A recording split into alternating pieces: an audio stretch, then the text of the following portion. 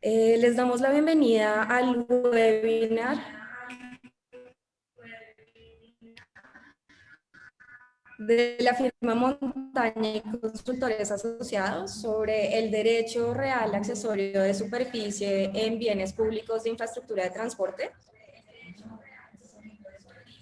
Carolina Rodríguez, yo soy la directora del área de Derecho Ambiental, Urbano y Catastral de la firma y seré la moderadora el día de hoy.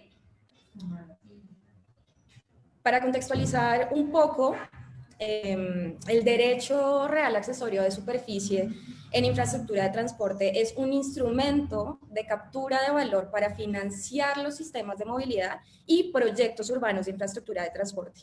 Es un instrumento de carácter contractual, oneroso, que le permite a una entidad propietaria de un inmueble destinado a infraestructura de transporte entregarle a un tercero la explotación y construcción de áreas libres aprovechables en estos inmuebles. Es de muy reciente incorporación en nuestro ordenamiento jurídico.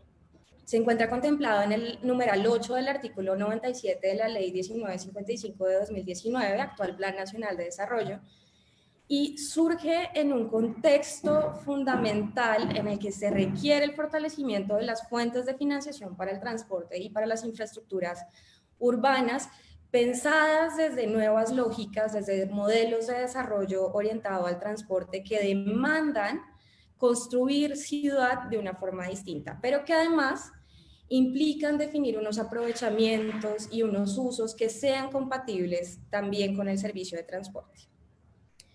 Como firma, tuvimos la oportunidad de trabajar con el DNP y con KfW en la estructuración jurídica de este instrumento desde distintos componentes y distintos ámbitos del derecho, desde el derecho registral, desde el derecho urbano, desde el derecho contractual y tributario, para definir su naturaleza, su alcance y también los desafíos en su implementación. Igualmente, se realizó un piloto en una de las estaciones de la empresa Metro de Medellín que permitió concretar y detallar este ejercicio del derecho real de superficie desde su implementación. A partir de estos estudios y de estos análisis, se evidenciaron algunos aspectos que requerían de ciertas precisiones. Más adelante nuestros conferencistas se referirán a esos temas, algunos de los cuales ya quedaron consignados en la Ley 2079 de 2021, la última Ley de Vivienda y Hábitat. Y en este contexto amplio, la idea en este webinar es presentarles un panorama general desde el instrumento, desde su contexto normativo, pero también desde el modelo de negocio para su implementación. Para estos efectos contaremos con la participación de 3 conferencistas que han trabajado muy de la mano precisamente para desarrollar, digamos, todo el análisis normativo y de implementación y de modelo de negocio del derecho real de superficie. Contaremos con la participación de la doctora Magda Montaña, que nos hablará del contexto normativo general del derecho real de superficie en infraestructura de transporte. Luego la doctora Gloria Henao, quien se referirá a los aspectos que se deben observar desde el derecho urbano y las condiciones urbanísticas para su implementación. Y posteriormente el doctor Óscar Borrero, quien nos mostrará su aplicación desde el modelo de negocio. Cada uno de ellos tendrá una intervención de alrededor de 20 minutos. Las preguntas las realizaremos al finalizar todas las exposiciones y los invitamos a que las consignen en el chat para recogerlas y presentárselas a nuestros conferencistas al final. Ahora, luego de esta pequeña introducción, le damos la bienvenida a nuestra primera conferencista, la doctora Magda Montaña. Ella es directora de Montaña y Consultores Asociados, es especialista en gestión pública e instituciones administrativas, en hacienda pública y administración tributaria internacional, entre otros. Magda, te damos la palabra. Gracias, Carolina, y buenas tardes. Disculpen de antemano, entiendo, ahí van entrando, digamos, muy probablemente tuvimos un problema con el cambio del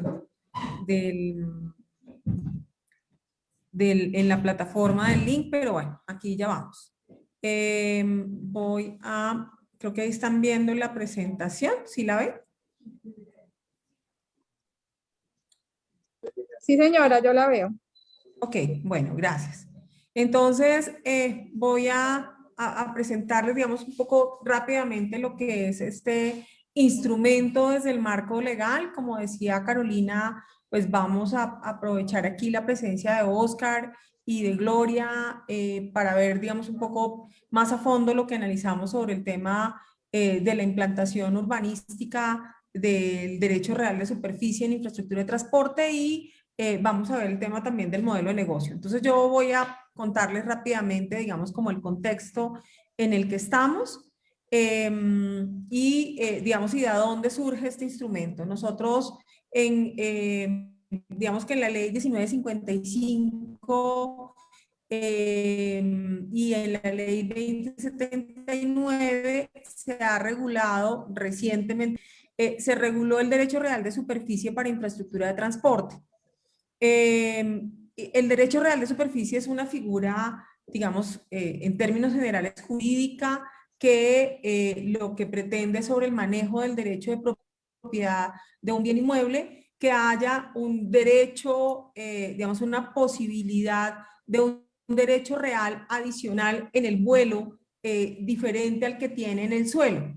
Era, digamos, esta herramienta, digamos, que es una herramienta jurídica como está concebida al final del día y pues además porque tuvo una vocación para uso en infraestructura de transporte. Digamos, esto viene muy de la mano de lo que, digamos, nuestro país ha avanzado con todo el tema de la implantación de infraestructura de transporte orientada al desarrollo urbano o el desarrollo urbano orientado al transporte, es decir, cómo en la implantación de infraestructuras urbanas también digamos que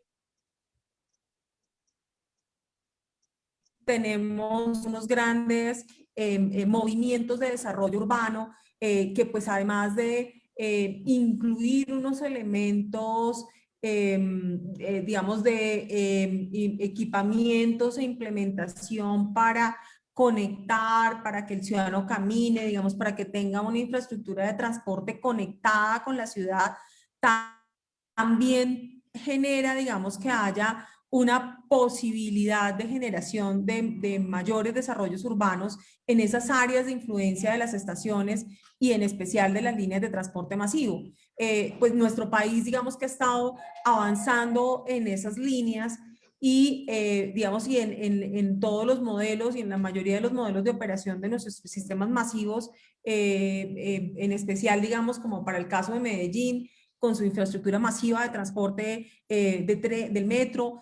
Bogotá también, digamos, lo ha estado revisando para su infraestructura de transporte de metro. En el otro sistema de transporte masivo, pues, que tenemos, digamos, en el caso de los sistemas, digamos, como el Transmilenio, también, digamos, que tenemos un alto flujo de pasajeros y esto hace que haya unas condiciones digamos, de identificación de uso del suelo y de planificación territorial con unas posibilidades de potencialidad también de aprovechamientos urbanísticos adicionales para poder servir al pasajero y para poder prestar un mejor servicio que no sea solamente el transporte. También digamos que, pues, digamos, y todo esto se hace alrededor de los principios básicos, digamos, de los TOD. Entonces, digamos que lo que venía pasando un poco en el país es que pues había referenciado el uso, digamos, en algunas ciudades de, digamos, en donde las entidades públicas, digamos, que operan el sistema, los sistemas masivos de transporte, usaban estos sistemas masivos de transporte también con unos usos rentables y aprovechables que además servían al pasajero, que además, digamos, permitían orientar estas infraestructuras y, digamos, en la ley 1955 que no venía, digamos, no era originario de la ley 1955, ya en el anterior plan de desarrollo también estaba la norma, pero pues no se había, digamos, implementado ni se había avanzado en su implementación. Lo que se hizo, digamos, en este estudio el año pasado con la KfW para el Departamento Nacional de Planeación fue pues justo mirar, digamos, cuáles eran esas condiciones específicas y caracterización de los tipos de infraestructura de transporte en donde pues podía, digamos, tener una mayor demanda o una mayor necesidad de poder usar esa, digamos, esa línea de áreas de terrenos que se usan para infraestructura, pero también poderlas usar para otros usos aprovechables y de servicio a la misma estación. Y digamos, y ahí vimos, digamos, un poco digamos, las infraestructuras de mayor movimiento masivo y de alta demanda, digamos, de acceso de pasajeros y de movimiento, en las cuales, pues, digamos, están las infraestructuras de transporte pesado, las del sistema integrado de transporte masivo, las de estratégico de transporte público, que pues digamos que también ahí tienen que mirar un poco la demanda de pasajeros y teniendo en cuenta que tengan una capacidad alta, digamos, de integración y de movimiento de pasajeros y encontramos, digamos, unas modalidades en las cuales pues puede ser mucho más óptimo de manera general. Ya ahora, Gloria, les vamos a mostrar un poquito de manera general, pero pues es solamente la estación piloto, digamos, que vimos en Medellín y un poco pues no es de esos, no es de las mismas intensidades de movimiento de la de Hong Kong ni la de Londres, pero pues digamos que nos acercamos a tener unas estaciones con mucho flujo de pasajeros y era parte, digamos, de lo que se quería, digamos, como aprovechar y hacer mucho más eficiente el uso de esa tierra que también permita, porque por eso es un instrumento de financiamiento, que el uso de ese vuelo o el uso, digamos, de ese suelo aprovechable, ya no solo con la infraestructura de transporte, sino con los usos adicionales y que sean compatibles con la infraestructura misma de transporte, pues nos permitiera generar una posibilidad de captura de valor para pues el financiamiento de la misma infraestructura de transporte. Entonces, ¿qué en términos jurídicos, digamos que se resume dentro de las condiciones de la aplicación del instrumento, que es un derecho, digamos, real, digamos, es sobre un bien inmueble, pero accesorio, no es principal, digamos, no es un derecho real principal, van a subsistir dentro de lo que antes conocíamos como una misma unidad inmobiliaria, un derecho principal real, digamos, del propietario del inmueble público y un derecho accesorio del quien tenga el derecho de superficie. Es una, digamos que tiene un vínculo eminentemente contractual con la entidad propietaria del bien inmueble. Es un derecho que puede ser enajenable y oneroso, digamos, por supuesto, tanto oneroso en la medida para el titular del derecho real principal es sobre el inmueble como para quien tenga el derecho real accesorio de superficie, puede ser enajenable y eso son parte de algunas de las condiciones, digamos, que también tuvimos que revisar, porque como es un instrumento absolutamente novedoso, como lo decía Carolina, en la implantación jurídica en nuestro sistema, y es un instrumento que es de origen, digamos, contractual, pero también que va a intervenir sobre el manejo del derecho de propiedad. Por supuesto, todo el tema del registro del derecho de propiedad, de tener un derecho accesorio, digamos, a la propiedad, pero pues que también tenga un carácter accesorio, pero autónomo en su derecho mismo, pues esto, digamos, que hace que se vuelva, digamos, un tema importante de revisar desde todos los ámbitos y eso fue un poco lo que se hizo. Las partes, ¿quiénes son? El superficiante, que tiene que ser una entidad pública propietaria del bien inmueble fiscal, o sea, solamente se asume la posibilidad de aplicar este derecho real para las entidades públicas propietarias de inmuebles fiscales o de uso público también. destinado a la infraestructura de transporte, y un superficiario, pues que es un privado, llamémoslo en los términos de Oscar, el inversionista. El plazo, digamos, que ese fue uno de los temas que logramos a partir de del análisis que hicimos, digamos, con la consultoría el año pasado, rápidamente y en conjunto con el Departamento Nacional de Planeación y el Ministerio de Vivienda, que sé que también aquí hay varias personas del Ministerio de Vivienda junto a nosotros en este webinar, logramos, y ya ahora Oscar les va a contar las razones de por qué, digamos, el término que había inicial, que era un término de máximo 50, un término de 30 años prorrogables por 20, o sea que eso nos daba 50 años con unas condiciones de unas prórrogas complejas, pues en términos contractuales que generan unos efectos y unos impactos de presupuesto, de compromisos presupuestales, digamos, y de condiciones para las entidades públicas que son complejos de manejar, pero que además también no tenía en cuenta la condición mínima, digamos, de la explotación de un derecho, digamos, sobre un bien inmueble, pues que, digamos, sobre un bien, digamos, sobre un bien de propiedad para poderlo explotar en un tiempo que le permitiera, digamos, que también a esa propiedad obtener su propia condición de explotación. El alcance del DRS es que se pueda realizar con ese derecho la explotación por exclusiva cuenta y riesgo de ese superficiario a través de construcciones o edificaciones en las áreas libres aprovechables. Gloria les va a contar un poco de esto, con todos los atributos de uso, goce y disposición de estas, las cuales deben soportar gravámenes y limitaciones al dominio.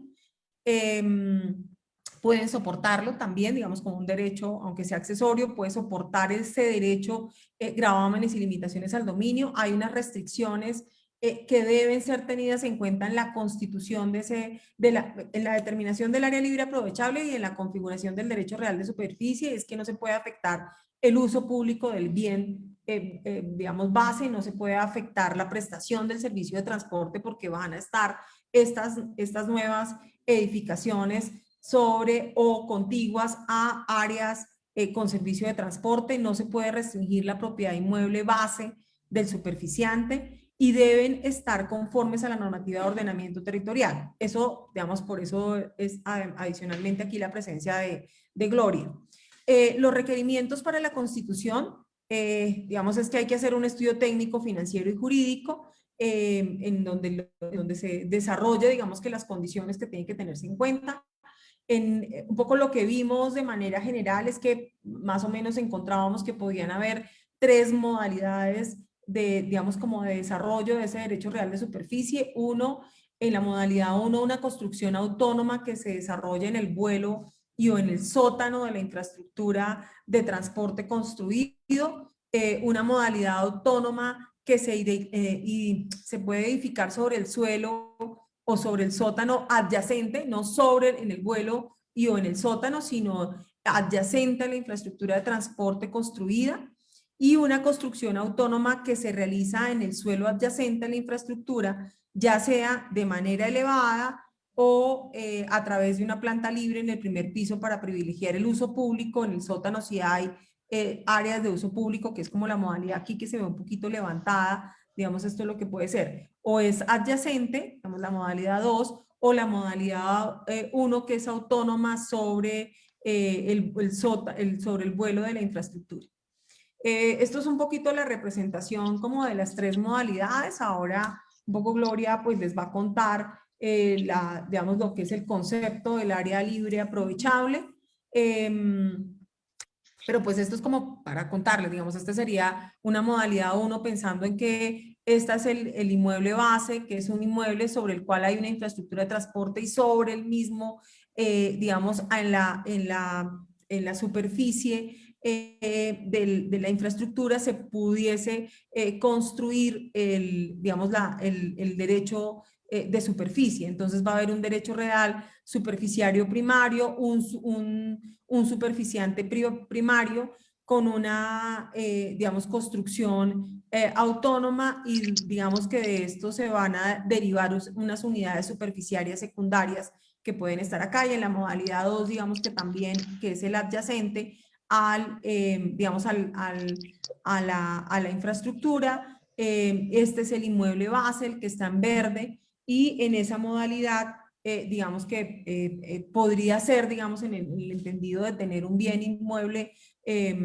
digamos, en donde se pueda configurar el derecho real de superficie sobre la base de un bien fiscal, o la tercera, que es hay un bien inmueble base que puede ser un bien de uso público, pero sobre él, respetando las condiciones de uso público, se pudiera configurar. Digamos, la idea es que haya una posibilidad, digamos, la posibilidad real de mantener el inmueble base, que siempre tendrá la inscripción del DRS, o sea, sobre él, las áreas libres aprovechables, digamos, con las construcciones autónomas, digamos que lo que nosotros ya hemos llamado construcción autónoma en amarillo, y unas unidades superficiales secundarias, si así, digamos, lo necesita el negocio para hacer unidades superficiales secundarias en la vida del derecho real de superficie, que están en azul. Y la idea es que para las unidades superficiales secundarias, si en esa configuración se da, vayan unos subfolios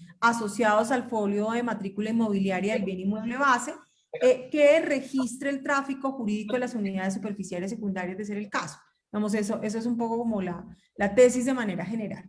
El procedimiento de implementación, pues digamos, como esto se trata de un bien de propiedad pública, de una entidad pública, pues por supuesto, digamos que lo primero que tiene que haber es un paso de hacer los estudios técnicos, financieros y jurídicos para determinar el tipo del bien, las condiciones, inclusive de las mismas condiciones de la adquisición del suelo, cómo fue adquirido el suelo, ese suelo en qué condiciones puede estar para permitir aprovechamientos, o en qué condiciones no esté limitando, si es que es un suelo de uso público o si es un bien fiscal, porque podría estar en cualquiera de las dos condiciones esa área. Hay que habilitar el área libre aprovechable objeto del DRS, digamos, y luego de habilitado el área libre aprovechable, que va a estar muy de la mano, digamos, para la posibilidad de la constitución del DRS, o el contrato de constitución del DRS, a través del cual luego sigue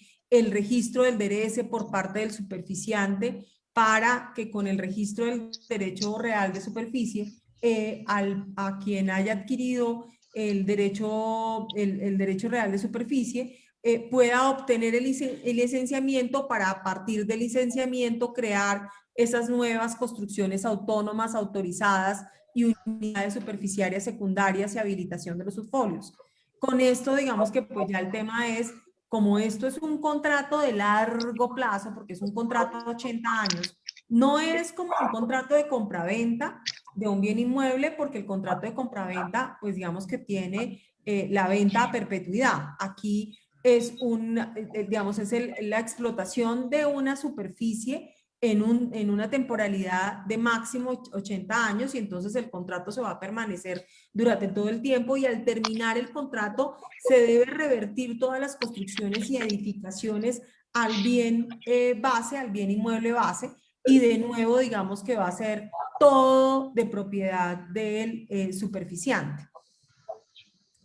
Aquí digamos que con esa línea de implementación, hay algunas recomendaciones que surgen, sobre todo para hacer en la implementación a las entidades territoriales o a las entidades propietarias de los bienes inmuebles que deseen usar, digamos, el instrumento. Y es que, pues lo primero es que de primera mano, hay que hacer una coordinación interinstitucional entre los operadores de la infraestructura de transporte, las entidades propietarias de los bienes inmuebles, porque no necesariamente por la historia jurídica los bienes inmuebles son de propiedad del operador, y eso es uno de los primeros temas, digamos, para conciliar.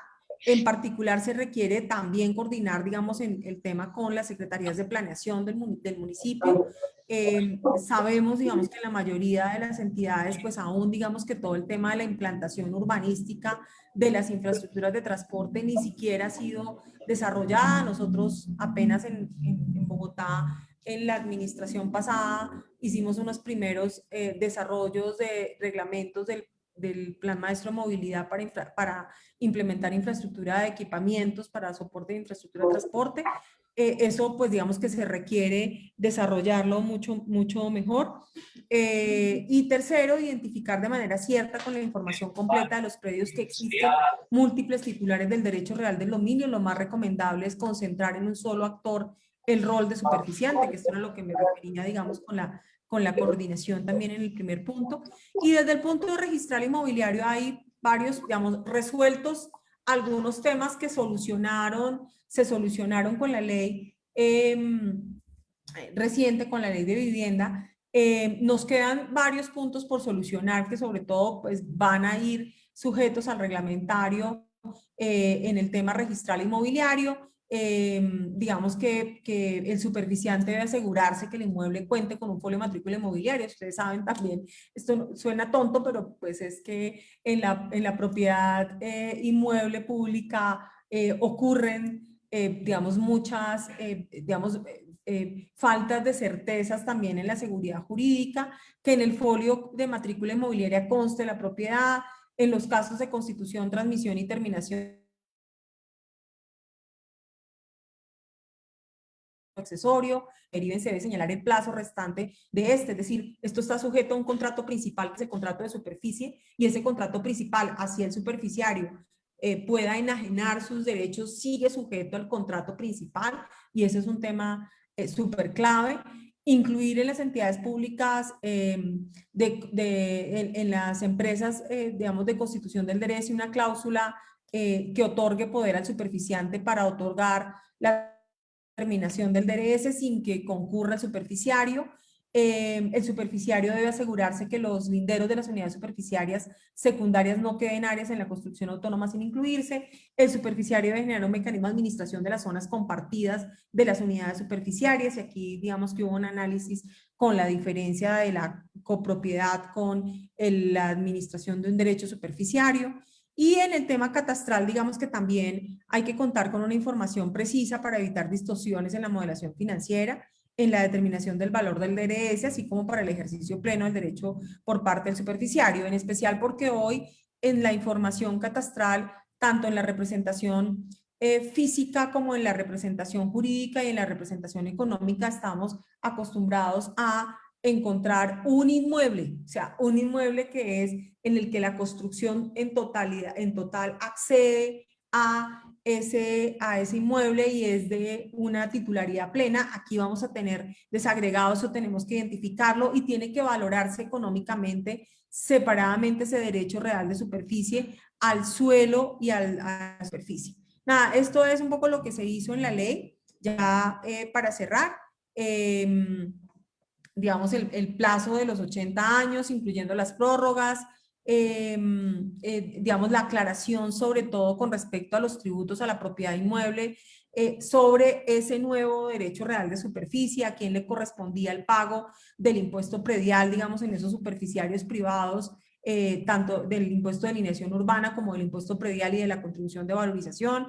Digamos, en el caso de la constitución del derecho real de superficie, como es una forma de capturar ese mayor valor del suelo por esa posible aprovechamiento que hay encima de esa infraestructura, pues va en contravía de un cobro público de participación en plusvalía por parte de la ciudad. Por eso, si esto ocurre, el derecho real de superficie debe primar para que la entidad pública propietaria de la infraestructura sea quien lo capte a través de este instrumento. La base gravable del predial, digamos, de las áreas libres aprovechables, se debe constituir por el valor económico que representa el DRS. Esto era una aclaración, digamos, también para predial y para la cuantificación del valor económico de la base gravable. En la contribución de valorización también, en un supuesto que haya contribuciones de valorización, y como esos DRS son propiedad, digamos, privada, puede ser sujeto al cobro de contribución de valorización, y cómo se tiene en cuenta y se determina la base gravable para la contribución de valorización sobre las áreas libres aprovechables, no sobre todo. Y pues digamos que este instrumento se aplica en los municipios sin necesidad de un acto administrativo municipal o distrital especial, digamos, como ocurre con la contribución de valorización o con la participación en plusvalía. No, esto es un acto contractual. Claro, hay que coordinar todo el tema de las normas urbanísticas, y ya, digamos, y eso creo que es un poco lo que quería contarles. En el tema jurídico, pues digamos, los elementos que faltan por regular son el reglamentario del derecho real de superficie en los temas, digamos, urbanísticos, de licenciamiento y la combinación con todo el tema registral, la resolución de códigos registrales para esos subfolios, y bueno, y los ajustes legales que pues creo que ya salimos de ellos, digamos con las condiciones claras en el plazo, en los mecanismos de enajenación, en la plusvalía y en los tributos al suelo. Con eso creo, Caro, que pues digamos de mi parte está cubierto, digamos, como los temas que tenía para contarles. Perfecto, Magda. Muchísimas gracias. Muy interesante, muy ilustrativo, ¿no? Digamos, ver además el derecho real de superficie como un instrumento de financiación que además tiene el potencial a través de la definición de usos y aprovechamientos de potencializar estrategias o modelos de TOD o de desarrollo orientado al transporte, también pensándose en las necesidades de los pasajeros y usuarios del sistema. Muy interesante también. Muchas gracias, todas las recomendaciones, todos estos desafíos que todavía persisten en términos de institucionalidad, de temas registrales, catastrales, contractuales, que todavía requieren ciertas precisiones normativas. Como mencionaba Magda, dentro de las restricciones o condiciones para la implementación del derecho real accesorio de superficie, se encuentra que se cumpla con las normas de ordenamiento territorial del lugar o del inmueble en donde se localiza el inmueble respectivo de infraestructura de transporte. Y en este contexto contaremos con la participación de la doctora Gloria Henao, directora de la maestría y de la especialización en Derecho Urbano de la Universidad del Rosario, experta y con mucha experiencia en temas de derecho urbano, que nos va a contar un poco de estos retos, de estos desafíos respecto a la implementación del DRS desde las condiciones urbanísticas para su implementación. Gloria, muchas gracias por tu participación, te damos la bienvenida y tienes la palabra. Gracias, Carolina. Muchas gracias por la invitación, Magda. Y muchas gracias a todos. Creo que tenemos problemas con el sonido. ¿Ya me escuchan? Sí, yo lo escucho. Perfecto. Vale. Carolina, muchas gracias y muchas gracias a Magda por la invitación y a todos los conferencistas y a todos los oyentes por esta invitación a hablar un tema tan interesante y tan novedoso como es el derecho real accesorio de superficie. ¿Tú me pasas la presentación o quieres que lo comparta yo directamente?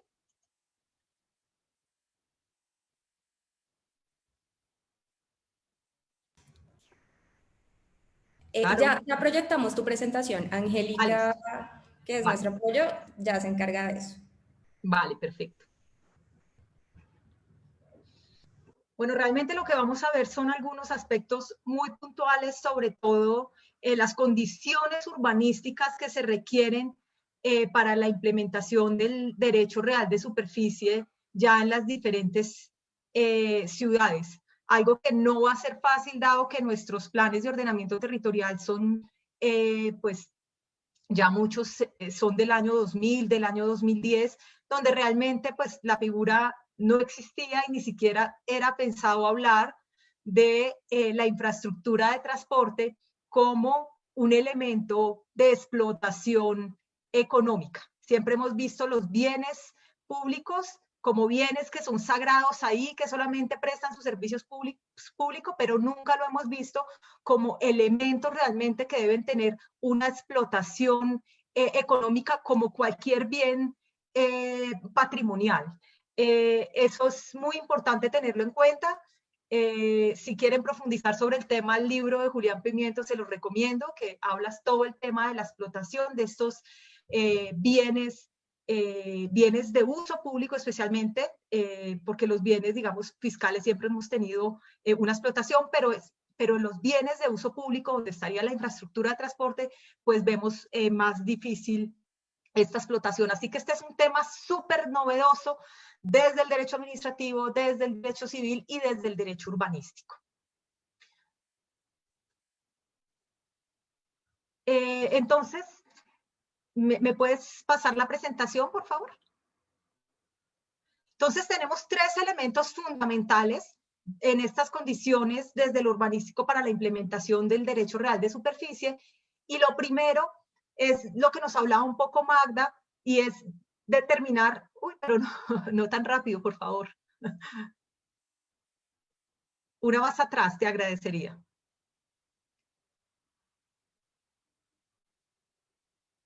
Eso. Lo primero es que el derecho real accesorio a superficie solamente existe para la infraestructura de transporte. Entonces, ahí vemos el primer elemento desde lo urbanístico, y es tener determinado el inmueble donde se va a hacer ese aprovechamiento económico, es donde se va a implementar ese derecho real de superficie como un inmueble donde está determinado como infraestructura de transporte. Muchos de los municipios, de hecho, el mismo Plan de Ordenamiento Territorial de Medellín, que ha sido actualizado recientemente, miren que nos señala no como infraestructura de transporte, sino como un uso dotacional. Es importante que nosotros en los planes de ordenamiento territorial y en los instrumentos que lo complementan o lo desarrollan, especialmente en el Plan Maestro de Movilidad, llamemos por su nombre a la infraestructura de transporte. La infraestructura de transporte no es un equipamiento, no es un equipamiento público de transporte, es infraestructura de transporte, y así nos lo ha señalado la ley de la infraestructura de transporte del 2013. Es muy importante señalarlo de esta forma, porque si empezamos a señalarlo, especialmente como espacio público existente, como otros, pues vamos a tener problemas en la implementación del derecho real de superficie, porque esta es la primera condición, y es que sea sobre infraestructura de transporte. Por lo tanto, la determinación en el plan de ordenamiento territorial también debe ser del inmueble completo, el inmueble donde se va a desarrollar o donde está la infraestructura de transporte, como infraestructura de transporte. No podemos tampoco solamente colocar donde está la edificación como infraestructura de transporte y el resto como un espacio público, porque realmente empezamos a generar esos problemas de la destinación que tiene el inmueble para poder desarrollar este derecho real de superficie. Esto es súper importante, y la infraestructura de transporte, así como la infraestructura de servicio público, en los planes de ordenamiento territorial deben estar marcadas como infraestructuras y no como usos, porque realmente son infraestructuras, hacen parte de los soportes generales, hacen parte de ese componente general del plan de ordenamiento territorial y no del sistema de usos de suelo de un municipio. Siguiente.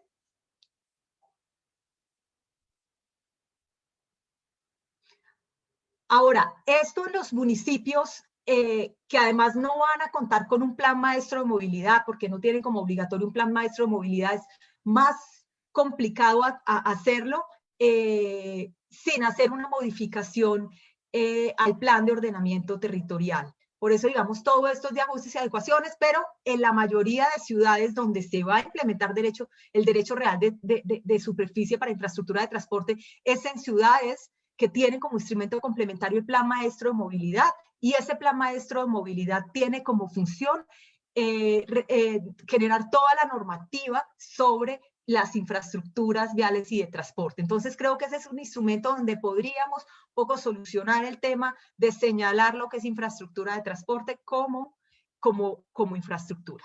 Lo segundo es delimitar el área libre aprovechable. ¿Qué es el área libre aprovechable? Pues realmente el área libre aprovechable es el área libre que se puede edificar y construir y que se puede entregar a la explotación de ese tercero, que es quien va a edificar y a construir. Por lo tanto, tienen que ser áreas edificables.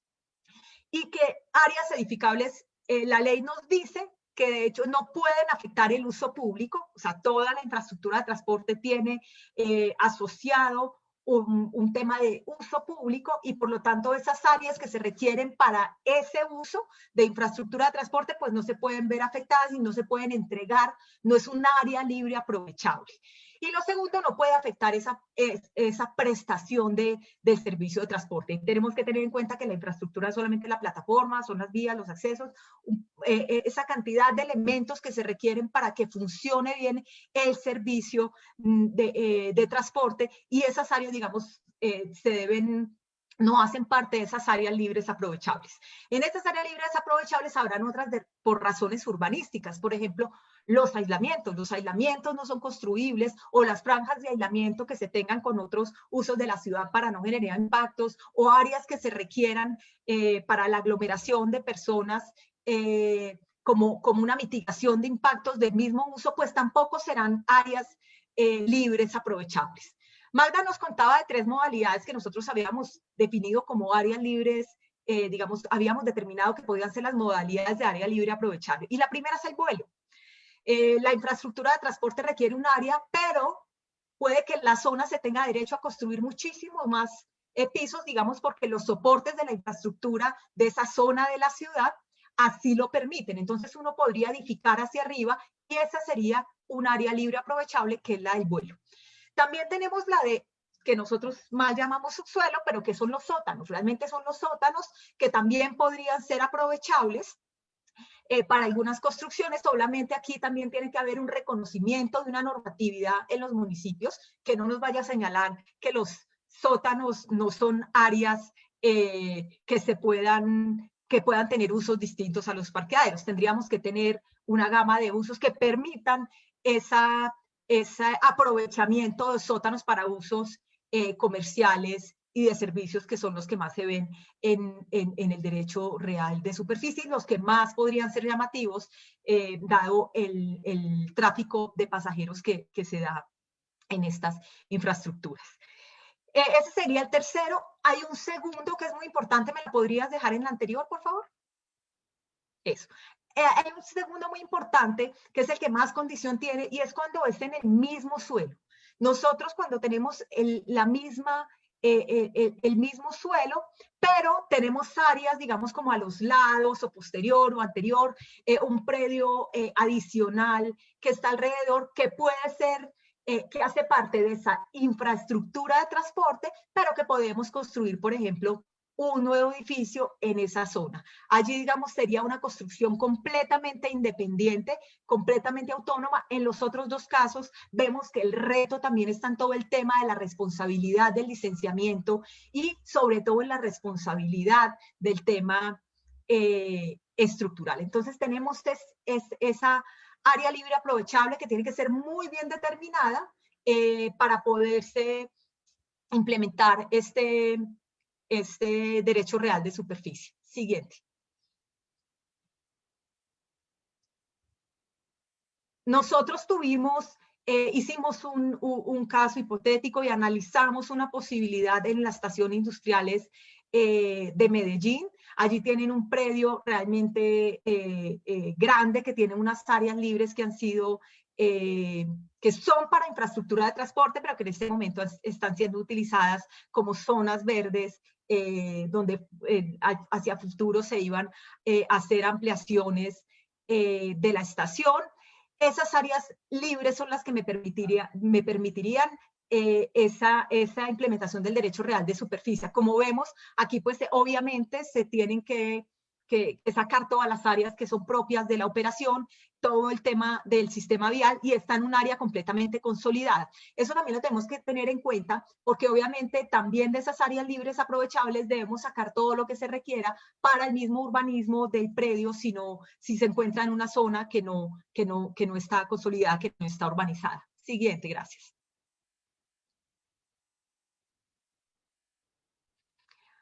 Aquí, digamos, hicimos un análisis de cuántas áreas verdes tendríamos. De hecho, se podía hacer también construcción encima de la estación, utilizando el vuelo de la estación, y en un predio al lado, unos predios al lado que nos permitían desarrollar 2 edificaciones continuas. Me dicen que no se ve la presentación, Milena Suárez. Pero aquí sí la vemos. ¿Sí? Bueno, Milena. Por acá también. Aquí también. Listo. Bueno, perfecto. No, es que como leí el chat, entonces comenté el siguiente. Entonces nosotros definimos las áreas libres aprovechables y ahí nos encontramos, después de tener esas áreas libres aprovechando, ya habiendo estudiado el terreno, ahí tenemos el tercer reto y el problema que tienen, digamos, en la normatividad urbanística. Y es que casi ningún plan de ordenamiento ha otorgado normatividad urbanística para usos diferentes a la infraestructura de transporte en esas áreas libres aprovechables. Y ese es un reto que de hecho podemos complementar muchísimo en aquellos que tienen plan de movilidad o que puedan hacer modificaciones a su plan de movilidad para poder incorporar normativa urbanística a esa infraestructura de transporte que será, pues digamos, como la normativa urbanística del sector aledaño donde se encuentra. Siguiente, por favor. Siguiente, gracias.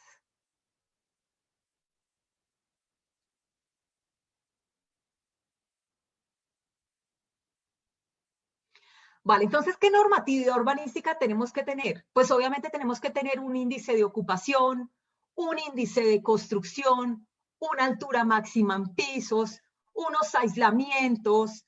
Tenemos que además que tener estas normas que tienen que ver con la habitabilidad y el entorno urbano, como son el equipamiento, el tema de parqueaderos, o sea, qué tan obligatorio va a ser el número de parqueaderos, o si realmente vamos a hacer una zona excluida de parqueaderos dado por estar en una infraestructura de transporte, y esa normatividad debemos establecerla claramente en el plan de ordenamiento territorial, porque lo único que podemos entregar en el derecho de superficie, entregamos, ellos tendrían que, el tercero tendría que hacer la construcción conforme a esa normatividad urbanística, por lo tanto ellos tendrían que cumplir con ese índice de construcción, esa altura, esos aislamientos y toda la normatividad de obligaciones. Por ejemplo, si en algún momento se piden equipamientos comunales y llegamos a hacer vivienda, equipamiento comunal privado, circulaciones, toda esa normatividad debe estar muy clara para el tema. Nosotros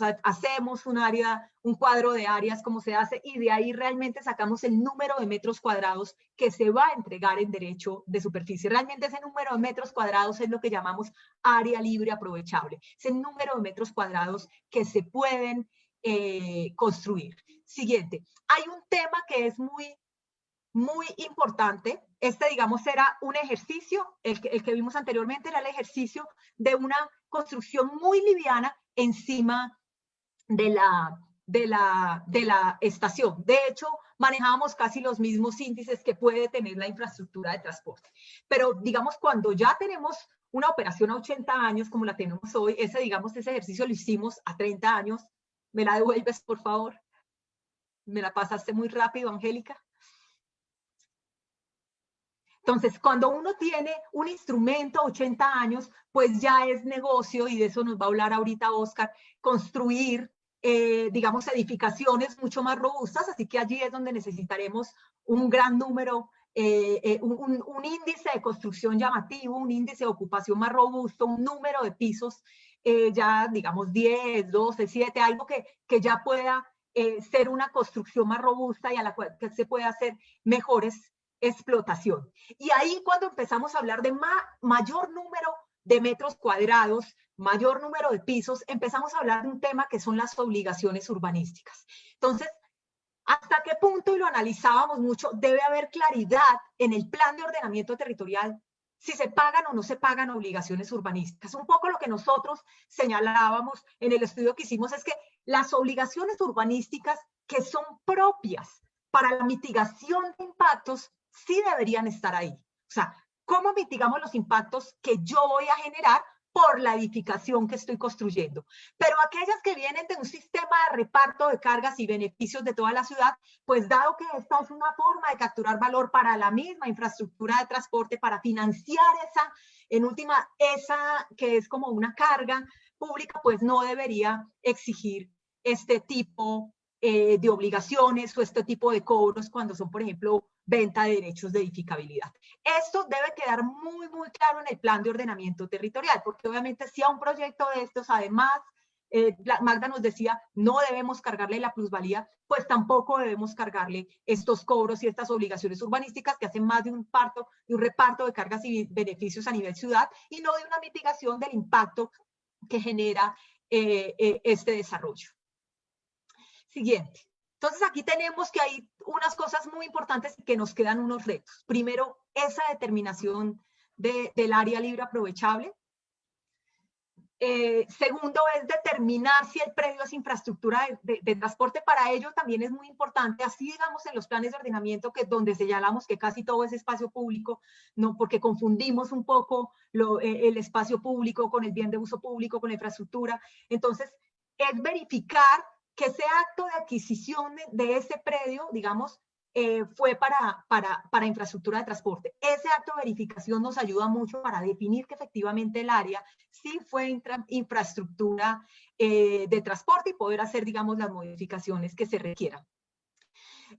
Otro tema muy importante es dar esa normatividad cuando tenemos el derecho de superficie, que debe estar muy acorde a lo que se establece en la zona, digamos, para no vulnerar el derecho de neutralidad, no decir, no, es que como es público sí puedo hacer muchas cosas, pero como es privado puede hacer poquito. Entonces, para tener, digamos, como ese equilibrio, debemos tener en cuenta el sector y esos soportes generales que nos ayudan, no solamente en temas de movilidad de infraestructura, sino en temas de servicios públicos.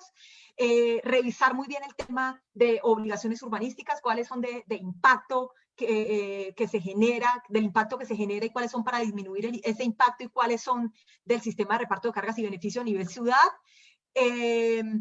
Otros y que tienen que ver con el tema del licenciamiento urbanístico, cómo hacer, y ese es un gran reto, que el superficiario sea independiente en su construcción al superficiante, y por lo tanto ese superficiario sea quien tiene toda la titularidad y las obligaciones derivadas de una licencia.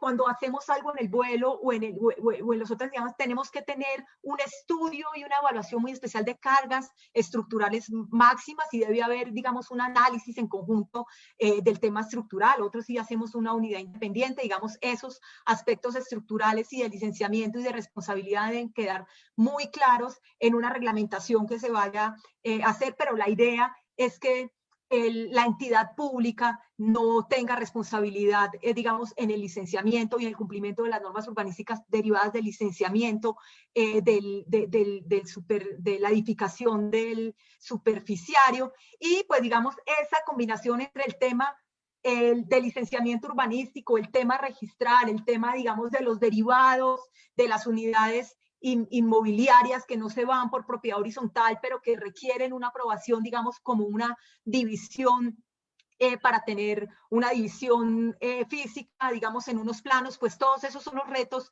que vamos a afrontar ahorita en esa reglamentación. Cualquier duda, digamos, creo que al final estamos con Magda resolviéndolas.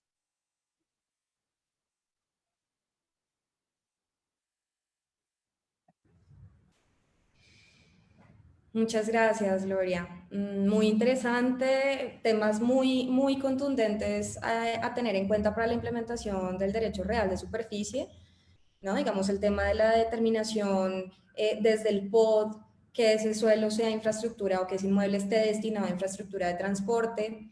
Ser muy cuidadosos a la hora de delimitar el área libre aprovechable que se puede otorgar en derecho real de superficie, tener en consideración posibles restricciones normativas para su desarrollo, establecer todas las normas urbanísticas, obligaciones urbanísticas asociadas a los impactos que genera esa misma construcción, y el tema del licenciamiento urbanístico, por supuesto que ya por lo menos la ley de hábitat y vivienda empezó a dar unos pinitos estableciendo la titularidad de la licencia en los superficiarios, pero de ahí todavía falta un recorrido, como nos decía Gloria, en la reglamentación para definir de manera mucho más clara las responsabilidades en estos escenarios. Ahora, nuestra última intervención se va a centrar en el desarrollo del modelo de negocio para la implementación del derecho real de superficie. Aquí le voy a dar la palabra al doctor Óscar Borrero, que es experto estructurador de negocios inmobiliarios y gerente de la empresa Borrero Ochoa. Él también estuvo trabajando de manera muy fuerte en el proyecto piloto para la empresa Metro de Medellín, que además nos permitió, como comentaba Magda al principio, que se dilucidara y se evidenciara desde el principio la necesidad de ampliar el plazo del contrato del derecho real de superficie en los casos de grandes edificaciones. Oscar, bienvenido, muchas gracias por estar aquí con nosotros y con nosotras y te damos la palabra. Muchas gracias, Carolina, Magda y Gloria, por esta invitación. Indícame, Carolina, si el audio está correcto. Voy entonces a compartir material que tengo aquí, que preparamos para...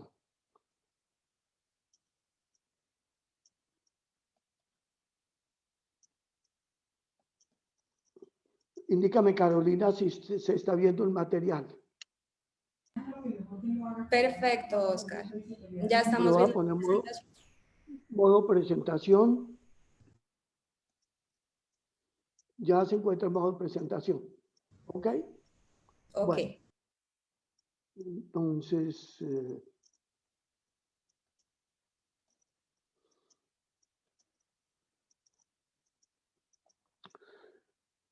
el modelo general parte del concepto de que un inmueble va a ser construido en un lote del municipio o, digamos, del Estado, en este caso de los sistemas de transporte masivo, llamemos el metro, Transmilenio o algo similar. Que una vez se termine el contrato de arrendamiento, se le devuelve esa construcción a la entidad del metro o al municipio. Entonces deberemos aplicar en términos valuatorios lo que se denomina el método Ross-Heideck, que es la depreciación de acuerdo con manuales de avalúos y de acuerdo con la resolución 620 del Agustín Codazzi. Vamos a aplicar una tasa de descuento futuro para traer a valores presentes. En este caso estamos manejando tasas del 5 al 6% real anual, es decir, es lo que se espera que en el sector inmobiliario obtenga entre valorización y renta un inmueble, es decir, alrededor del 10 al 11% anual entre valorización y renta. Vamos a obtener una tasa de renta de los inmuebles a las cuales los va a arrendar los inversionistas que adquieren ese terreno o ese lote que se le va a arrendar para que construya, tasas del orden del 6 al 7% anual sin contar la inflación. Eso puede subir al IPC más 2, al IPC más 3. Y para lotes, en este caso las terrazas o los lotes del municipio que se van a arrendar alrededor de esta entidad, de esta metro, entre el 7 y el 8% real anual. Vamos a manejar modelos como pueden ser la forma de pago de contado al inicio, es decir, tome yo le pago este derecho como se compra una propiedad inmueble, o un pago por instalamentos durante el plazo del derecho de superficie. No me pasa aquí. Creo que tengo que dejar de señalar para que me pase. Muy bien. Ya existe hoy un sistema de arriendo de lote a largo plazo, a 20 o 30 años, que lo suelen aplicar los grandes superficies tipo Jumbo, Home Center, Éxito, cuando encuentran un terreno muy bien ubicado que el propietario no está interesado en vender, pero que también ni Éxito, ni Home Center, ni esta gran superficie está interesada en comprar, en invertir. El gran negocio en este momento es que los fondos inmobiliarios sean dueños de los inmuebles. En este caso, si hay un propietario de suelo que es dueño del lote, pues hacen un contrato de arriendo a 30, 20, a veces más años, pero actualmente lo hacen a 30 años, y a los 30 años o prorrogan este contrato de arriendo o se le entrega al propietario del suelo lo que hay del inmueble ya después de su depreciación, y el propietario del inmueble obtiene una hipoteca y compra la construcción para continuar arrendándolo a otros o vuelve a prorrogarlo por otros 20 o 30 años más. En estos casos, el canon de renta debe amortizar parte del remanente de la construcción al propietario del suelo, más o menos para que al final del año 30 no sea mucho lo que tenga que pagar mediante un modelo hipotecario. Es una especie de leasing del suelo, pero al final se le devuelve al propietario el suelo, porque el suelo es de él, y la construcción ha amortizado parte a través de las rentas, de tal manera que al final se le devuelve, se le entrega al propietario del suelo. En este caso, la tasa interna de retorno que ha obtenido el propietario del suelo ha estado entre el 6 y el 7% real anual, ganándose la valorización de su suelo y obteniendo una renta muy interesante, que es 6-7 más la inflación. Si hay una inflación del 3, pues es del orden del 10 anual, 11 anual. El BPN, que llamamos en términos financieros, quiere decir valor presente neto, deberá ser positivo, y en estos casos es positivo. Comparémoslo con la propiedad del lote. Cuando Éxito o Jumbo o esta gran superficie compran ese suelo a dicho propietario a valor de mercado y obviamente lo tienen a perpetuidad, va a equivaler a una tasa interna de retorno entre la valorización y lo que dejan pagar de arriendo, o sea, lo que obtiene el propietario del inmueble, llamémoslo Jumbo o Éxito que lo compró, cercano al 6% real anual, que es igual a la valorización más la renta y la inversión. Ahora pasemos al derecho de superficie. Contra eso teníamos que comparar el derecho de superficie. Tenemos un superficiante, que es el que arrienda el suelo, y un inversionista, así es más fácil que lo llamemos, aunque jurídicamente se llama superficiario. Lo llamaré inversionista para que no nos confundamos con las dos palabras. Superficiante y superficiario son dos palabras muy sinónimas, no quieren decir lo mismo, pero eufónicamente suenan de la misma manera. La tasa de interés, la tasa interna a los 30 años para el superficiario, es decir, para el inversionista, podría ser al 4,8, en tanto que el municipio va a tener una tasa mucho más alta. El negocio no es bueno para el inversionista, ya lo vimos en todo el proceso de la investigación que se hizo por el equipo que coordinó Magda Montaña y Gloria Henao en la parte jurídica, que no es atractivo para la entidad que lo va a adquirir. Entonces, estimamos la alternativa a 50 años, porque la ley inicialmente permitía 30 y 50 años. En este caso, las dos tasas internas de retorno son más similares, pero sigue siendo mucho mejor para el municipio, para el metro o para el Transmilenio. Sigue siendo buena para el superficiario o inversionista, porque estamos manejando del orden del 5 al 6% anual, que es comparable como si él fuera dueño total del inmueble, que como ya les dije, estamos con tasas de rentabilidad del 6 al 7% anual más la inflación. Y el BPN obviamente es positivo. Con la nueva ley de vivienda y luego de los planteamientos que el equipo dirigido por Magda planteó a Planeación Nacional, al Ministerio de Vivienda y por supuesto al Gobierno Nacional, se encontró con que esto había que buscarle un plazo más largo. ¿Por qué? Porque cuando el plazo es a 30 o 50 años, la entidad llamada Metro o Transmilenio o el municipio que arrienda este derecho de superficie deberá pagar vía nuevo crédito, hipoteca o arbitrar estos recursos al finalizar el año 30 o el año 50 una cifra importante.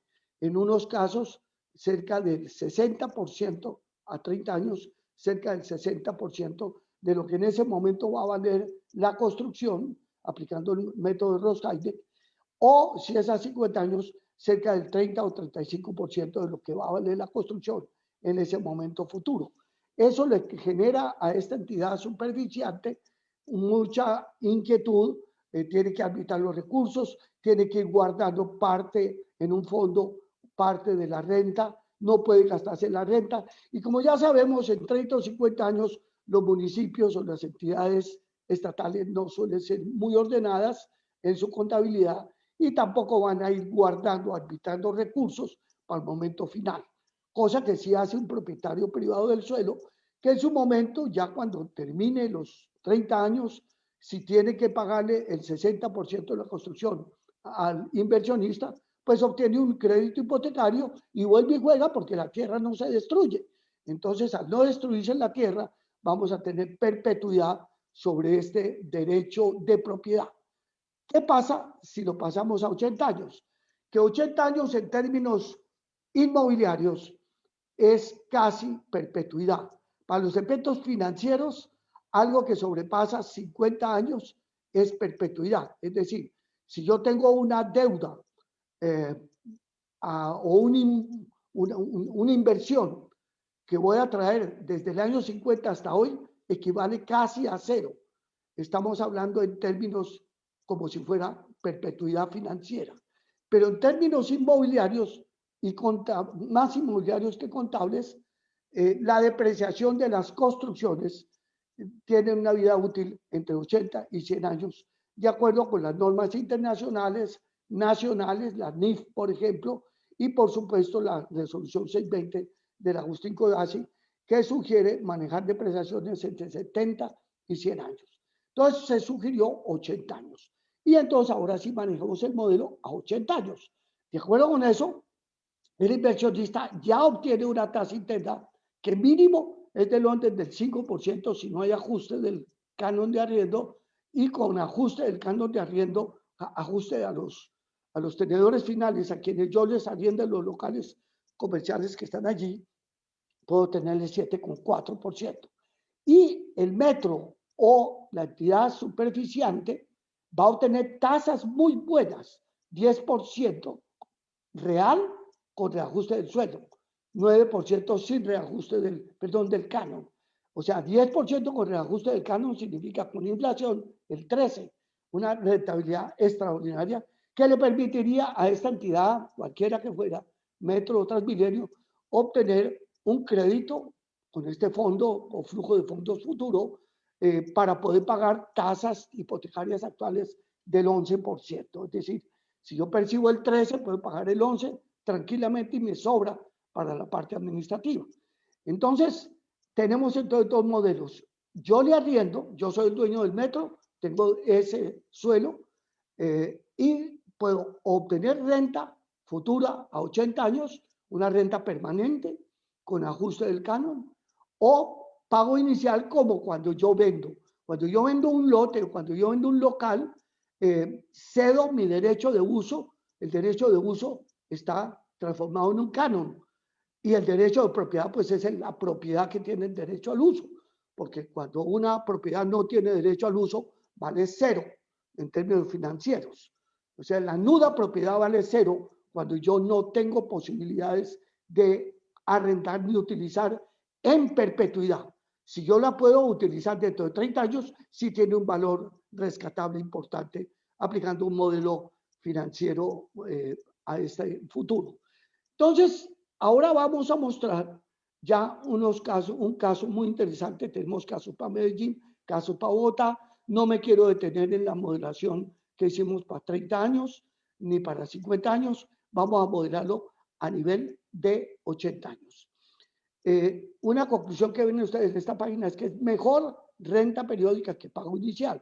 Vamos a mostrarlo para una modelación que hicimos aquí para el Metro de Bogotá. En una estación que se está haciendo un análisis sobre posibilidades de derecho de superficie, tanto Magda como el suscrito estamos asesorando este DOT que está haciendo IDOM para la estación NQS. Aquí tenemos 3 terrazas.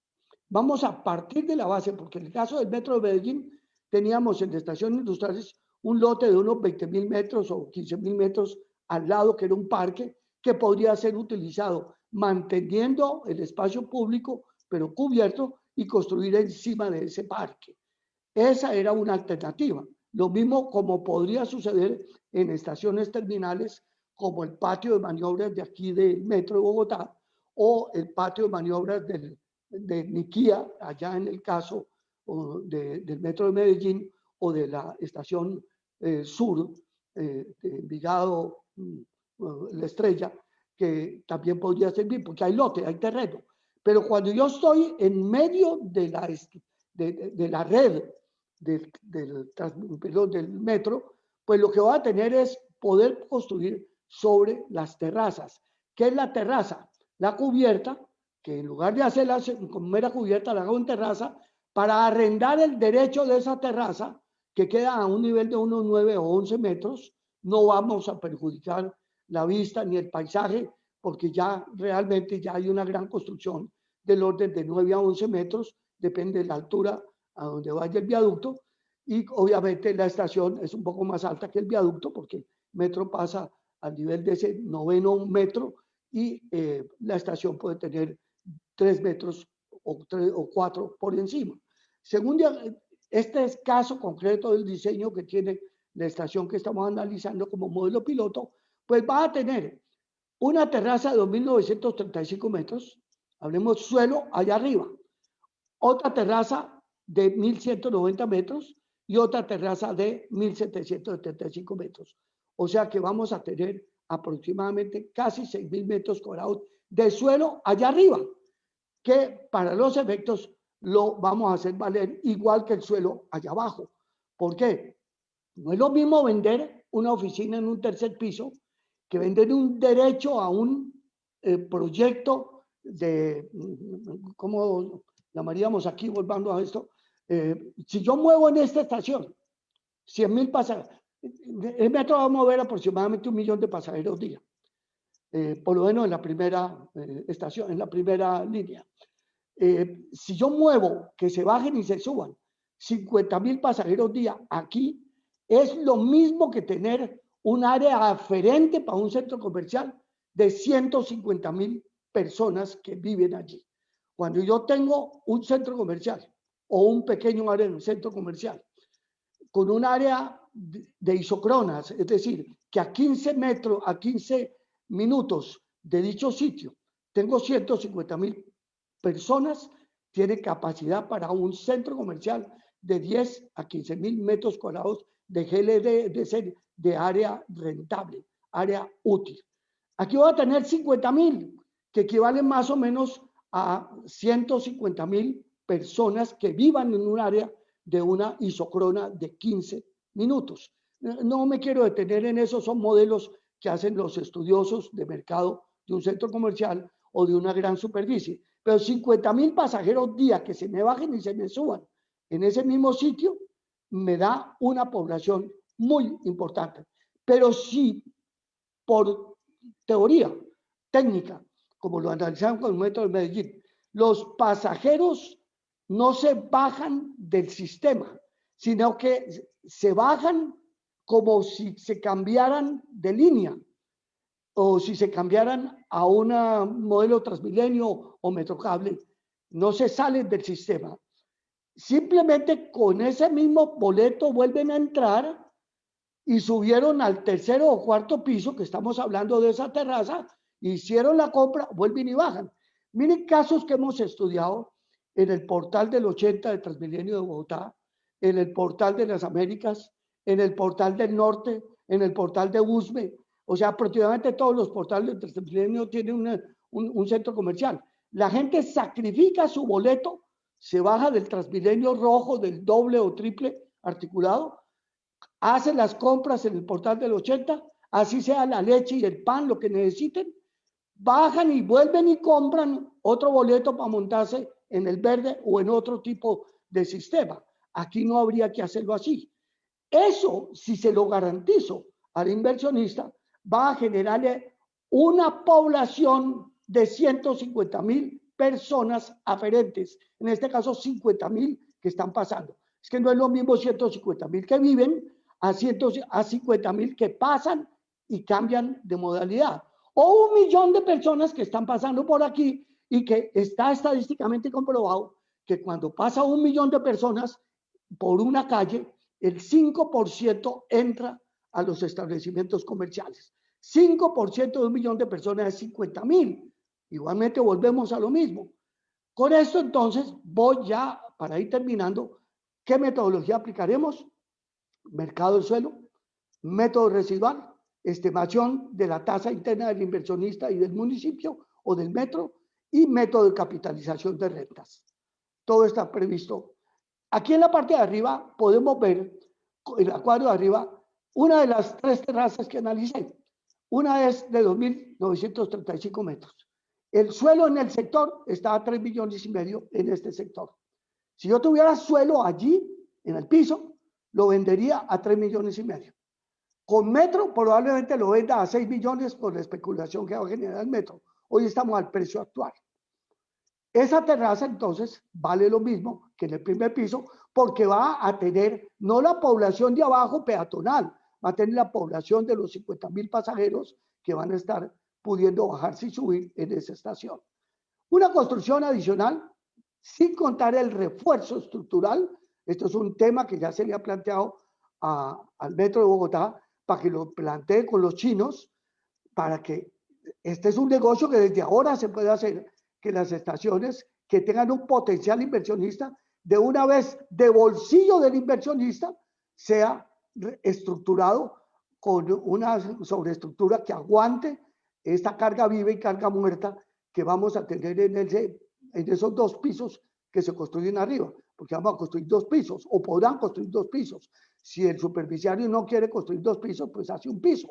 Pero ahí tenemos, con base a eso, el centro comercial, por ejemplo, en el primer piso de esa terraza, 2.935 metros, un hiperalmacén no muy grande, pero un almacén grande que va a vender tipo supermercado, y en el segundo piso, almacenes, comidas y demás, que el inversionista va a arrendar como un centro comercial. Y él ya obtiene una garantía de que en 80 años te va a sacar plata a este negocio. La segunda posibilidad la vemos en el caso de abajo. Entonces, sumemos aquí abajo, en el cuadro de abajo, las 3 terrazas. Estas 3 terrazas le generarían al municipio, perdón, al metro, 1.446 millones, la tercera línea, renta anual, millones de pesos anuales, 1.446 millones de pesos anuales como renta líquida, porque el manejo de costo administrativo y todo lo demás le toca al superficiario. Pero si yo lo vendo de valor inicial, según 2 alternativas de capitalización que hicimos, nos podría dar entre 16, penúltima línea, y 20,000 millones de pesos por la venta de ese derecho a 80 años, que sale siendo como una venta a perpetuidad. Aquí están modelos de depreciación para que ustedes comprendan lo que quise decir. La primera columna tiene de 0 a 80. Aquí voy en el año 10 porque no me caben 80 en este PowerPoint, de acuerdo con la tabla de depreciación que ya estamos hablando de Ross Hayek. En el momento décimo he perdido el 7% de la construcción. Si la construcción tenía un valor, en la quinta columna dice remanente, yo le invertía a esa terraza 14.600 millones de pesos como superficiario y ya vale 13.600 porque se ha ido depreciando. Todo esto en valores constantes. Acordémonos que le falta la inflación, pero esto no importa porque todos estos análisis financieros se hacen en valores constantes. Ahora bien, el inmueble le va a generar al superficiario, al inversionista, 1.761 millones de pesos anuales, paga 719 millones al municipio o al metro y le quedan 1.041 para su rentabilidad o negocio, porque obviamente el negocio tiene que ser bueno para los dos. Ya después hacemos un método de capitalización de rentas para el municipio.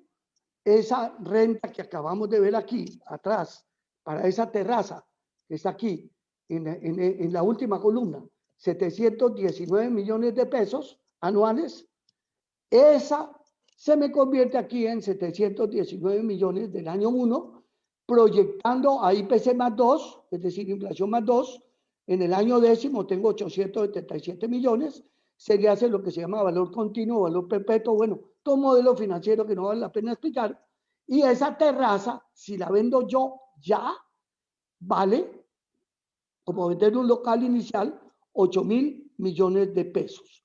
Y ya para ir terminando entonces, las conclusiones son las siguientes. Los terrenos adyacentes a un proyecto de transporte masivo son lotes muy bien ubicados frente o encima de una estación de metro o de Transmilenio que mueve más de 1 millón de pasajeros por día en el caso colombiano, perdón, bogotano. En el caso del Transmilenio, pues depende de la línea. Todo el Transmilenio mueve 2.400.000 pasajeros día, no, antes del COVID, y el metro de Medellín mueve 800.000 pasajeros día. El mercado depende del número de pasajeros que mueve cada estación. Por encima de 50.000 diarios es muy atractivo para el comercio. Y si le doy la modalidad de que no se sale del módulo del sistema de transporte masivo, pues voy a tener 1 millón de pasajeros que algunos se me van a bajar en esa estación, puede ser el 2, el 3, el 5%, hacer compras y siguen adelante. Tercero, se estima el valor de mercado en lotes en el área de influencia de la estación. Se determina el tamaño del comercio en la estación. Las mejores estaciones son las terminales o sitios de intercambio. Por ejemplo, en el metro de Bogotá, en la estación de la calle 72 va a intercambiarse con la número 2. O en el metro de Medellín, en el sector de, no me acuerdo si es la Alpujarra o Cisneros, donde se intercambia con la línea 2, que a su vez en Acevedo intercambia con Metrocable y hay otros 5 metrocables. En el caso de Bogotá, allá en Usme con el Metrocable. En fin, son sitios de cambio de modo de transporte que van a tener allí un gran atractivo para el inversionista. Se aplican modelos de mercado para los locales, ya lo dijimos, se debe hacer un modelo de capitalización, y en los ejercicios hechos para el metro de Medellín y de Bogotá, porque no lo hemos hecho para el Transmilenio, pero yo sugerí a los directivos de Transmilenio que sin mucha dificultad lo podemos hacer para 4 terminales, como el Portal del 80, el Portal del Norte, el Portal de Usme, y bueno, cualquier otro portal, como podría ser el que se encuentra en Suba, y eso le daría sobre esa terraza, esas terrazas que ya calculamos son del orden de 2 hectáreas, 20.000 metros. Eso da extraordinario para un supercentro comercial en esas estaciones terminales. O sea, si estamos aburridos en el Transmilenio por haberle generado una gran valorización en las estaciones terminales y que el sector privado pues hizo un magnífico negocio con esos centros comerciales, ahora el derecho de superficie me da la oportunidad de recuperar gran parte de esa plusvalía. Fíjense este dato. En el metro de Bogotá, datos muy tentativos por este modelo piloto que aplicamos para IDOM, podría generar 45.000 millones por año que servirían para subsidiar la operación, o un ingreso único de 500.000 millones para el pago de la deuda. Recordemos que Bogotá tiene que pagar el 30% de aproximadamente 22 billones de pesos, pero eso incluye la operación. Solo no sé cuánto se va a endeudar Bogotá, no conozco esta información. Mi conclusión es entonces, doctora Magda y Gloria y todos los demás que nos acompañan, hoy en día después del COVID estamos hablando mucho del pensamiento lateral, es decir, que hay que reformular nuestro esquema de trabajo. Usar el derecho de superficie es aplicar el pensamiento lateral para el transporte masivo. Muchas gracias.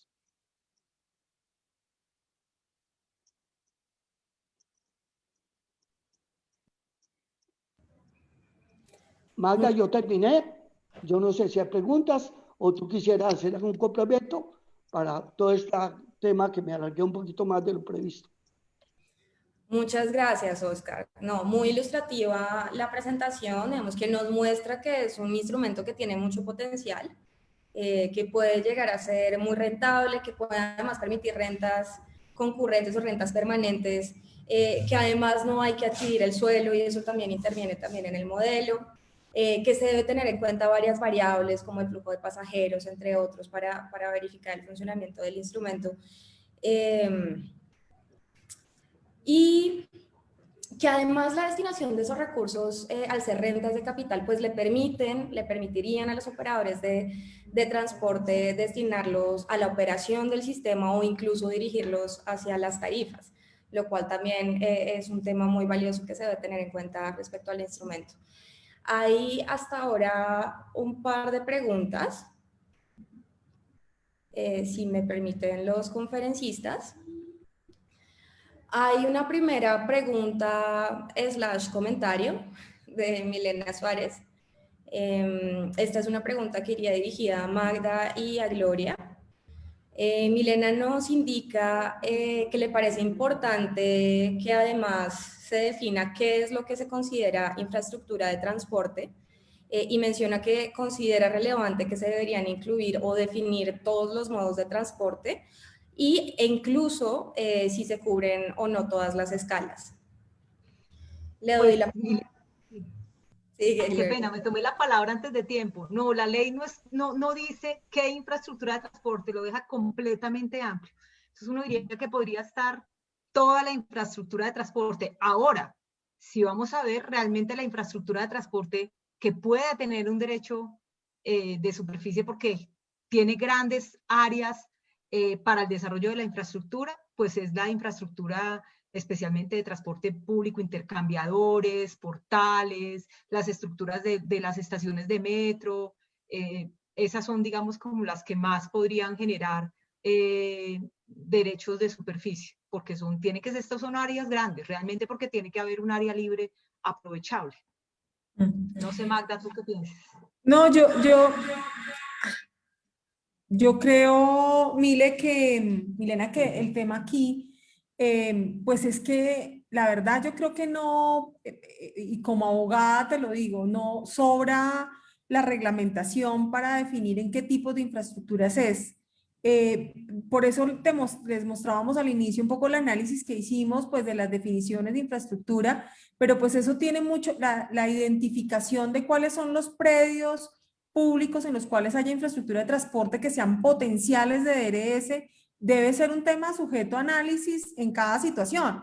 Nosotros, por ejemplo, creíamos y creemos, digamos que pues obvio, como lo dice Gloria, pues dentro de las diferentes categorías que ha habido de infraestructura de transporte, pues las que están, digamos, las que son infraestructura en donde hay alto demanda de pasajeros, cruce, acceso de pasajeros, puede ser viable, pero también digamos que en algún momento discutimos con la empresa Metro de Bogotá, pues el tema de los patios, pues en donde también podría ser usable dependiendo de las condiciones y de cómo se ve, digamos, también el mercado de lo que necesiten en esa superficie. Puede ser, digamos, aquí lo importante, y yo creo es que pues esto no es, recuerden que esto es un instrumento contractual. Entonces, las regulaciones están más dadas por digamos, por el lado de, como lo anotaba Gloria, de definir sobre todo, digamos, en las condiciones de implantación urbanística en donde van a estar digamos, esas posibilidades de predios con superficies a desarrollar. Eso es un tema súper clave en el que pues sí requiere un tema de norma. Lo otro yo creo que es, yo la verdad aconsejo que entre menos lo detallemos normativamente mejor, porque de pronto la imaginación y las condiciones, aquí me escribe Juan Guillermo que pues sobre las troncales, claro, digamos, el tema en los aeropuertos, digamos, y eso es absolutamente válido, es decir, es toda la infraestructura de transporte en donde haya un cruce de pasajeros, en donde haya un movimiento, digamos, en lo que uno ve como mercado y en condiciones de mercado, que además en las experiencias internacionales justamente lo que veíamos es porque la infraestructura misma también necesita unos soportes o de hoteles o necesita, no solamente centros comerciales como pues aquí digamos un poco lo estamos viendo a la necesidad actual y de este momento por la infraestructura de transporte, digamos, de metro o de sistemas masivos en donde pues claro, todos estos tienen unos cruces importantes y van a necesitar para los pasajeros, como lo decía Oscar, unos servicios adicionales, pero también puede ser no solamente centros comerciales, puede ser también hoteles, digamos, como ocurre en algunos modelos internacionales. Eso es lo que, pues, sobre todo queremos ahí llamar la atención, pero es importante ver, digamos, hasta dónde uno manda tanta reglamentación y pues más bien lo va dejando para ir viendo más bien en las condiciones de potenciales y aprovechamientos de lo que pueda tener y de lo que requiere la infraestructura. Sí, Caro, yo sé que Muchas tú eres gracias. que tú eres la Tenemos una moderadora. pregunta de Daniel Escobar. Nos pregunta, para detonar el instrumento del DRS, ¿las ciudades deberían bajar la presión fiscal o buscar prerrogativas en ciertas zonas estratégicas? o las condiciones económicas de las ciudades por sí solas permiten lograr el apetito del sector privado y el o los cierres financieros. Le doy la palabra a Magda. Yo creo que, Osquitar, si quieres también, te invito a que me ayudes. Digamos.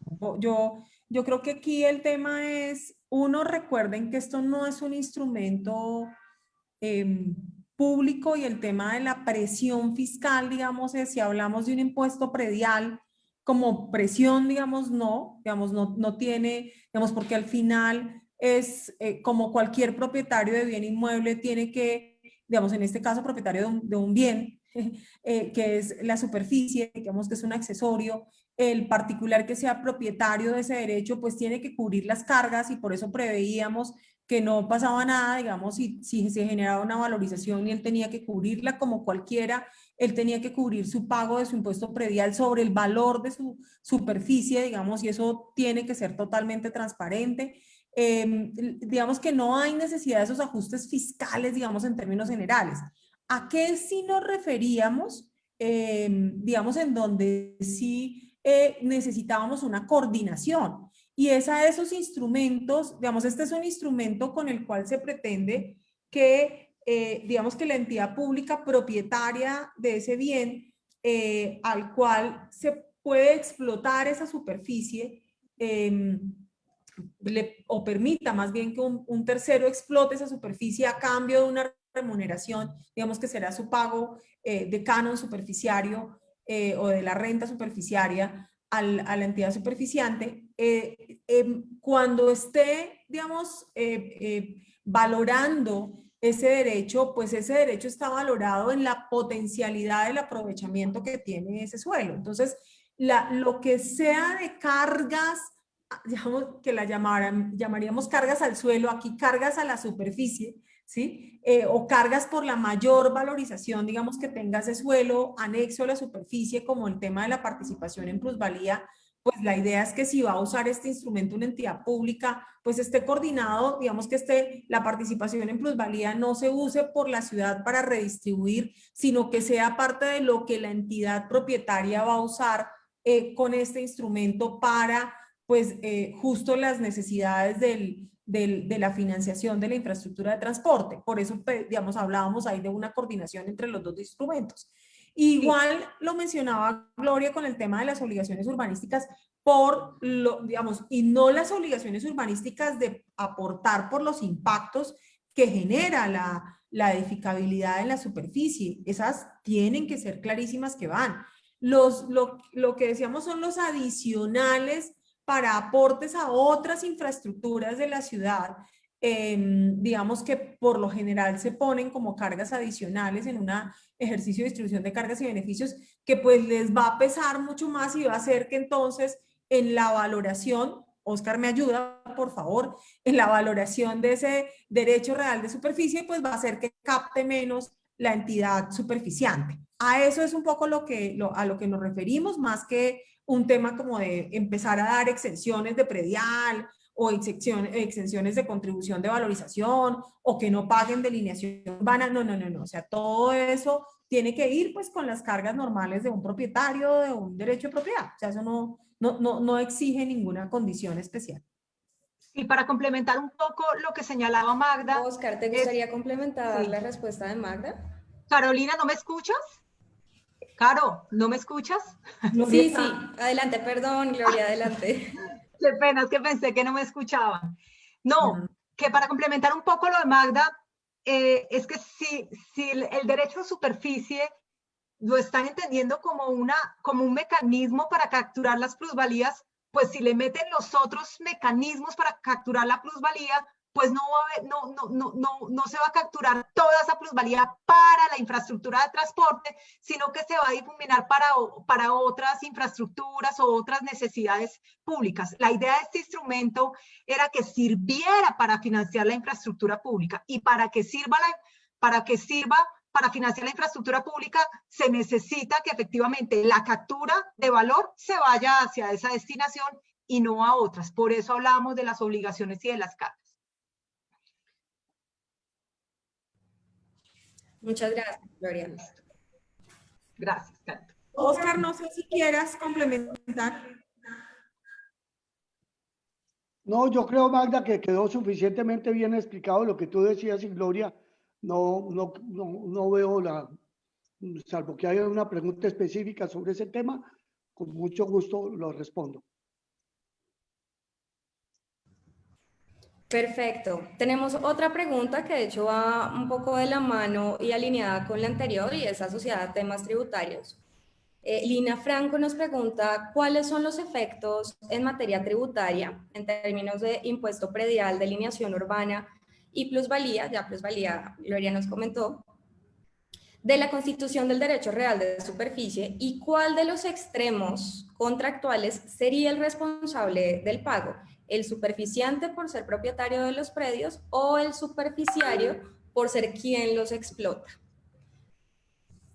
Bueno, un poquito estaba ya, digamos, lo había recogido con la anterior pregunta. Y pues digamos que el tema, ¿me escuchan? ¿Sí? Sí, señora. ¿Ahí me escuchan? El tema es, pues que al ser el derecho real de superficie, un nuevo derecho de propiedad, digamos, accesorio sí al principal que es el inmueble base, pero que es accesorio y que quien lo adquiere para usarlo, explotarlo, digamos que es parte de su condición de patrimonio durante el tiempo que, digamos, que se pacte, que máximo puede ser 80 años, pues lo ideal sí es que digamos que las personas propietarias de este derecho, pues cumplan con sus obligaciones tributarias, digamos, igual lo va a tener que hacer con las nacionales, o sea, no va a cambiarle absolutamente nada en su condición en la medida que va a tener un activo que le representa una riqueza y sobre esa riqueza pues él tiene que aportarle a la ciudad tanto si se genera una contribución de valorización, si se genera, digamos, el impuesto predial, que fueron por eso las claridades sobre todo pues que se hicieron con el Ministerio de Hacienda en la generación del tributo y el impuesto de alineación urbana. Creo que, digamos, y la responsabilidad, y un poco para diferenciar, ¿no? O sea, él va a ser la entidad superficiante, que es la entidad pública propietaria del inmueble base, que es el inmueble principal, va a seguir siendo propietario de ese inmueble base. Y él pues tendrá, si es un bien de uso público, va a tener las condiciones propias del manejo de un bien de uso público. Si es un bien fiscal también, pues digamos que va a tener que seguir mirando las condiciones propias del pago sobre ese bien inmueble base y sobre la superficie al superficiario, que era todo lo que queríamos aclarar para dejar reglas desde el orden legal en la medida que se trata de impuestos y los impuestos pues requieren determinación legal de sujeción pasiva clara desde la ley. Entonces, digamos, esa fue, digamos, una de las temas súper interesantes, digamos, de haber logrado, pues, con el Ministerio de Hacienda, el Ministerio de Vivienda y el DNP, digamos, que se reaccionara pronto para hacer los ajustes a la ley. Muchas gracias, Magda. Gloria, no sé si quieras aportar algo adicional o consideras que quedó claro. ¿Estás con el audio apagado? Ahora sí. Qué pena.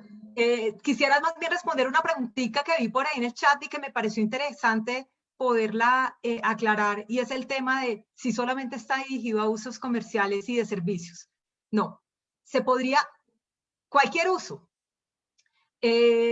Obviamente tienen que ser usos rentables. Ahora, el problema, digamos, de la vivienda, que es que la vivienda tiene muchísima protección, digamos, con los arrendamientos, y que la gente tendría que saber que la propiedad que va a adquirir de su vivienda es por un tiempo limitado, o sea, que no es para toda la vida. Eso es cambiar un poco esa idea que tenemos y además tener en cuenta que tendrán que haber también unas normas especiales porque a los 80 años habrá reversión y se volverá un bien público y no podrán estar ocupado con eso. Si bien eso puede pasar en cualquier uso, pues ustedes saben que el uso de vivienda tiene algunas de las garantías por el derecho a la vivienda digna, de tutelas, digamos que tiene un sentido más por ser, digamos, como un derecho fundamental. Entonces, eso lo vería yo, pero la ley no lo dice, realmente es lo que si es rentable, pues perfecto, si es el proyecto ideal, perfecto. También quien vive allí o si es para vivienda tendría que entender muy bien los impactos que puede generar una infraestructura de transporte y que él ha decidido estar en una zona donde el uso principal es el de infraestructura de transporte, el de comercio y servicios y no el de vivienda. O sea, no podría ser como un uso principal el que estableciera el plan de ordenamiento, sino como un uso complementario condicionado que tendrá, digamos, esas implicaciones para quien vive allí. No sé si quieras complementar, Oscar o Magda. Sí, yo quisiera anotar que generalmente todas las infraestructuras de transporte masivo, metros, transmilenios y demás, buscan alrededor de las estaciones un cambio de uso o generan. Y ese cambio de uso hace que de vivienda se transforme en comercio. Si estamos hablando de un lote totalmente cercano a una estación de transporte del metro, o en la parte de encima de una terminal, pues es evidente que nadie quiere vivir allí. Lo que se está buscando en ese sentido es acercar el comercio. Es que el uso comercial es donde hay densidad de personas. El uso de vivienda es donde hay menor densidad de personas. Por eso los TOD o los de transportes, desarrollos orientados al transporte, tratan de darle un uso mixto a todos los corredores de un metro, de un sistema de transporte masivo. Se sabe claramente cómo el metro de Medellín ha acercado aproximadamente creo que es el 60% de las licencias de Medellín se han acercado a 200 metros de la línea de transporte o del metro de Medellín o del Transmilenio de ellos, que es el Metro Plus. Y un estudio que también se hizo aquí por parte del IDU y Planeación Distrital da entre el 60 y 70% de todas las licencias de los últimos 15 años, desde el año 2000 que se inauguró la primera línea hasta el 2015-2016 que se hizo este estudio, está alrededor de un buffer de 200 metros alrededor del Transmilenio. Entonces, la vivienda se acerca al sistema de transporte, pero no se coloca encima ni al ladito de una estación, porque es algo pues que no es un sitio para vivir. Por eso creo que la mejor alternativa es comercio, pueden ser oficinas, pero pues seguramente es el comercio. El mercado es el que lo dirá. Y tal como sucede en las grandes líneas del metro de Madrid, de Berlín, de Londres, de Nueva York, Boston, en fin, lo que hay muy cerca de las estaciones, inclusive aprovechando los sótanos de los metros que van subterráneos, pues el comercio allí es rentable.